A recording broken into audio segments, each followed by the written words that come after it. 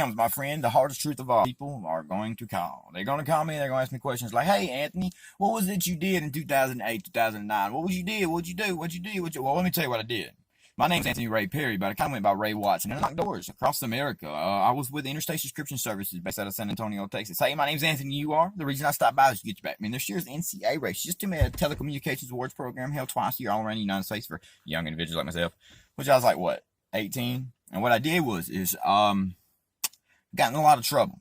But I didn't do it. It wasn't me. It was someone else that did it. I was just unfortunately with it. But I was terrified to go to prison because I was always told just how bad prison was. So I was so scared to go to prison. See, because when I was a child, I was raped and molested all the time. So I thought, oh my God, if I go to prison, I'm going to get raped and molested again. And I'm going to get killed probably, more likely, because I'm going to fight for my rights. And probably going to kill me, so I thought. Anyway, so what I did was I took off. I left. I left Boonville, Mississippi in a heartbeat. And I ended up on the streets. I did. In Atlanta, Georgia. Downtown ATL, baby. And you know what happened after that? Well, let me tell you something. I got pulled off into a abandoned building and raped again. All right, so here's what happened. I said, well, look, I'm going to do this. I'm going to go and I'm going to hang out at the Greyhound bus station. I'm not going to leave the Greyhound bus station until either one, the police either picks me up and says, you know what, you're going to jail because you got warrants, Mississippi, or something gives. So what I did, I just sat there and waited. Domestic, crazy, psycho, feeling sad about myself, depressed, everything. No clothes no more. I was only 18-year-old, y'all. And I just turned 18-year-old. And I ran from Boonville, Mississippi Police Department over a Burger commercial building. And I didn't even do it. A dude named Joshua Fogarty did.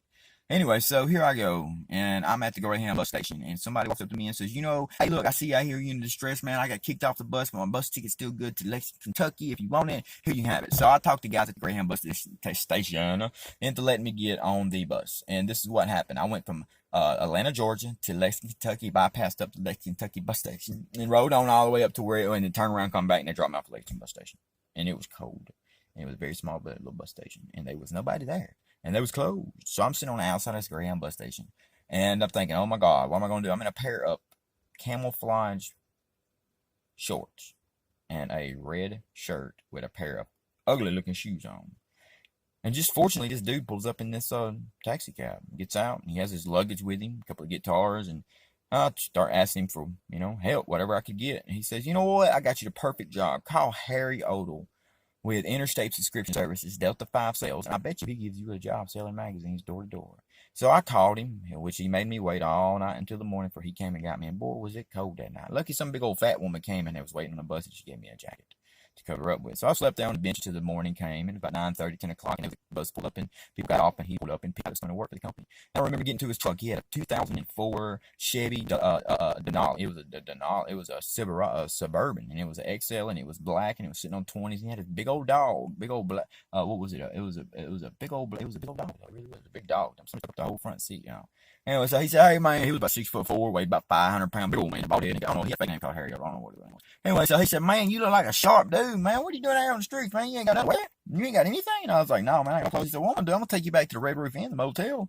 And then after we get done at the motel, we'll go get something to eat. Then I'll introduce you to the crew, and then I'll show you how you do this thing, how you make some real good money. Man, I want to show you something, man. You look like a smart individual. You look like you're gonna be able to do really, really good at this job.